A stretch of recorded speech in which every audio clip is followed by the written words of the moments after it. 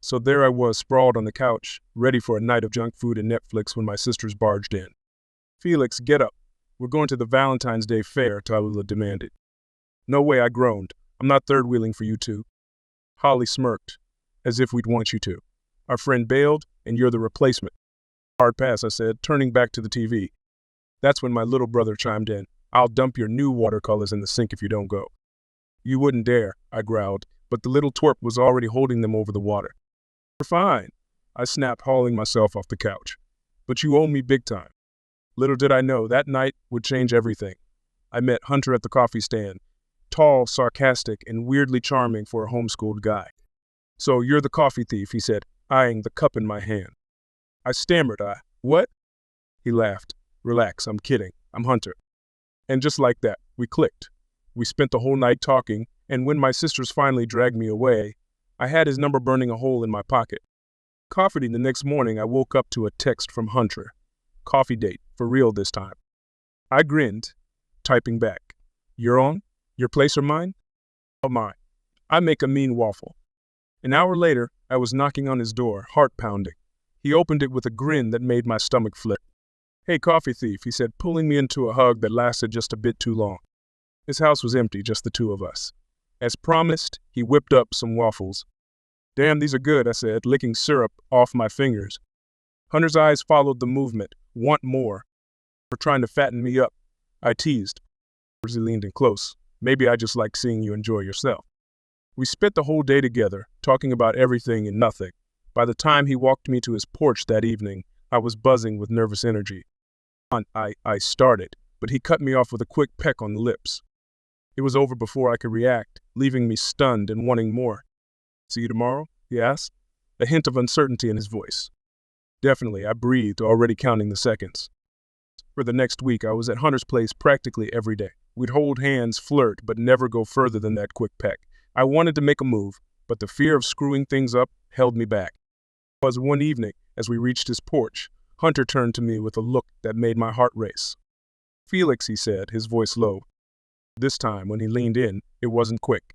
His lips met mine, soft at first, then more urgent. I melted into it, my hands finding their way to his hair. When we finally broke apart, both breathless, I couldn't help but grin. "So, does this mean?" "Yeah," Hunter nodded, smiling. "If you wanted to." "I do," I said, pulling him in for another kiss. The next day at school, I was on cloud 9. But as I rounded a corner, something or someone slammed into me hard. "Watch it," a voice growled. I looked up to see Mason, the school's golden boy, glaring at me like I'd kicked his puppy. "Sorry," I muttered, confused by his hostility. For the rest of the week, I kept catching Mason giving me death glares. But I tried not to let it bother me. I had Hunter now, and nothing could bring me down. Or so I thought. Things with Hunter were great, but Mason's weird behavior was getting worse. One day, my phone buzzed with a text from an unknown number. "Stay away from the most important person in my life." I showed it to Hunter over coffee. "Any idea what this is about?" He frowned. "No clue. Probably just some weirdo. Ignore it." But I couldn't shake the uneasy feeling, especially when I kept catching Mason's glares at school. Things came to a head one afternoon at the local coffee shop. I was picking up drinks for Hunter and me when a hand gripped my arm hard. "I told you to stay away," Mason hissed, his face inches from mine. I tried to pull away. "What are you talking about?" "Hunter," he spat. "He's my friend. Mine. You're taking all this time." My mind was reeling. "Hunter, but—" "Stay away from him," Mason growled, shoving me. My drinks hit the floor, splattering everywhere. As he stormed off, my phone pinged. A text from Hunter. "Babe, what's taking so long? I'm getting hungry." I typed back. "How do you know, Mason Macmillan?" Hunter's reply came quickly. "He's been my best friend since we were kids." "Why?" In that moment, everything clicked. The glares, the texts, the threats, I felt sick. "I hate to do this over text," I typed, "but please stay away from me." I hit send, turned off my phone, and ran home, my heart breaking with every step. The next few weeks were hell. I blocked Hunter's number, but I couldn't block him from my thoughts. Worse, I now saw him everywhere. Always with Mason. One day at the mall, I spotted them laughing together. My chest tightened. "Isn't that your boyfriend with Mason?" Ollie asked, following my gaze. I muttered. "We broke up." Tallulah's eyes narrowed. "Why? You were so happy." I sighed, the words spilling out before I could stop them. "Mason doesn't want me dating his friend." My sisters exchanged a look I couldn't decipher. Before I could react, they were marching towards Hunter and Mason. "Wait," I called, but it was too late. "Hey, asshole," Holly shouted at Mason. "Why are you threatening our brother?" Mason's face went pale. Hunter looked confused. Yet Tallulah chimed in, "Why are you bullying Felix? Can't let anyone be happy." I finally caught up, mortified. "Girls, please." But Hunter's eyes were on me, realization dawning. "Felix, what's going on?" Mason was speechless for once, looking like he wanted the ground to swallow him whole. I couldn't handle this. "Not here, not now. Girls, wait in the car. Please." They hesitated but left with one last glare at Mason. The tension in the air was thick enough to cut with a knife. Hunter broke the silence. "Mason, what are they talking about?" And just like that, I knew the truth was about to come out, whether I was ready or not. Mason stood there, silent and pale. Hunter's eyes darted between us, confusion turning to anger. "Someone better start talking," Hunter demanded. I took a deep breath. "Mason's been threatening me, telling me to stay away from you." Hunter's jaw dropped. "What? Mason, is this true?"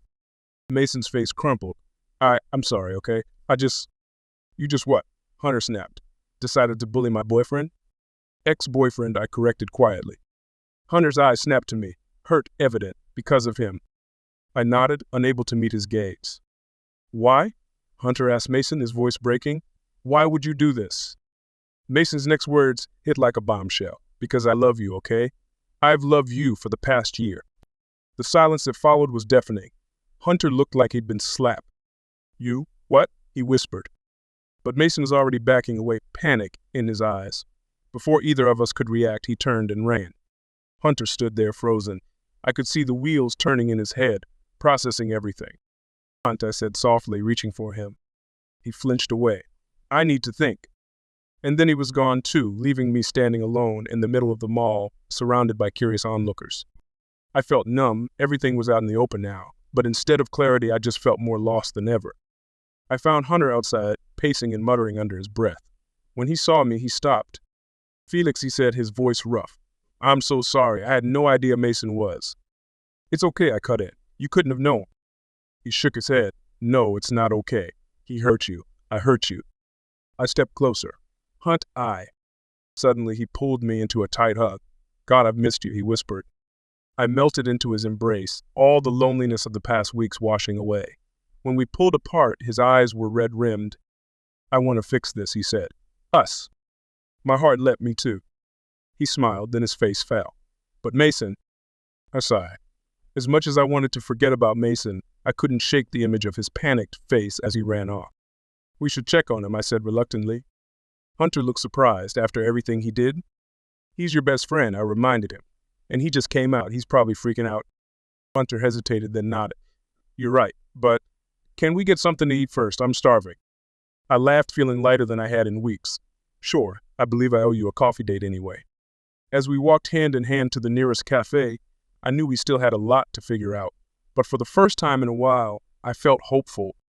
After coffee and a quick bite, we headed to Mason's place. The walk was quiet, both of us lost in thought. At Mason's door, Hunter hesitated. "Maybe this isn't a good idea." I squeezed his hand. "He needs us." Hunter nodded and knocked. No answer. He tried the handle, unlocked.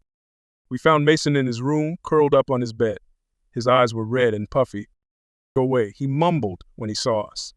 "Not happening," Hunter said, sitting on the edge of the bed. I leaned against the desk, giving them space. Mason sat up, wiping his eyes. "I'm sorry. I fucked everything up." "Yeah, you did," Hunter agreed. "But we're here now." Mason looked at me. "Felix, I'm so sorry for how I treated you." I nodded. "It's okay. I get it now." "Do your parents know?" Hunter asked gently. Mason shook his head. "They'd kill me." "They won't," I said. "And you're not alone in this." Mason's eyes welled up again. "I don't know what to do." Hunter put an arm around him. "We'll figure it out together, okay?" As I watched them, I felt a mix of emotions. Sympathy for Mason, love for Hunter, and a strange sense of peace.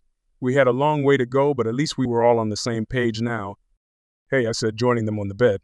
"How about we order some pizza and just talk?" Mason managed a small smile. "Yeah, that'd be good." As Hunter pulled out his phone to order, I caught his eye and smiled. We were going to be okay. We left Mason's house a few hours later, all emotionally drained but feeling better. As we walked down the street, Hunter suddenly pulled me close and kissed me right there on the sidewalk. An old lady passing by made a scandalized noise. I couldn't help but laugh against Hunter's lips. What was that for? I asked, breathless. Making up for lost time, he grinned. Then his face turned serious. I love you, Felix. I should have said it sooner. First, my heart skipped a beat. I love you too, I whispered back. Hunter's grin returned. Race you to my place?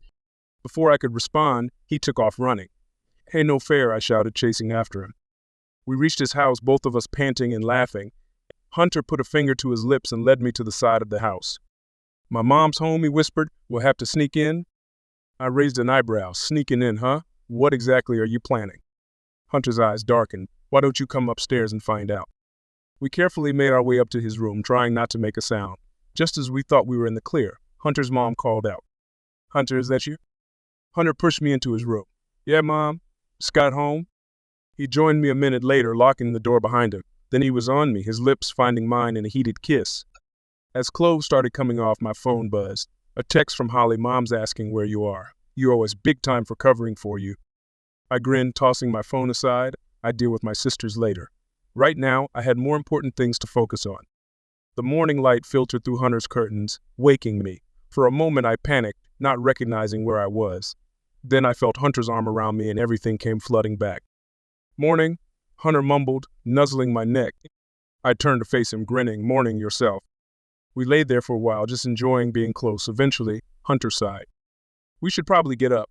My mom will wonder why I'm not down for breakfast. I groaned. My sisters are going to kill me for not coming home. As if on cue, my phone buzzed. A text from Tao Yulei. You better have a good explanation, lover boy. Hunter read it over my shoulder and laughed. Busted. We got dressed and snuck downstairs. Hunter's mom was in the kitchen, eyeing us suspiciously as we tried to act casual. Sleep well, boys? She asked, a knowing glint in her eye.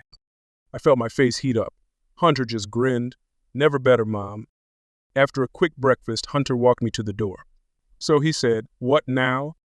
I thought about everything we'd been through, the fair, the misunderstandings Mason last night. It was a lot for one relationship. Now, I said, pulling him close, we take it one day at a time, together. Hunter smiled, leaning in for a kiss. I liked the sound of that. As I walked home, ready to face the music with my family, I couldn't stop smiling. Sure, our start had been rocky, but I had a feeling the best was yet to come. And Mason? Well, that's a whole other story.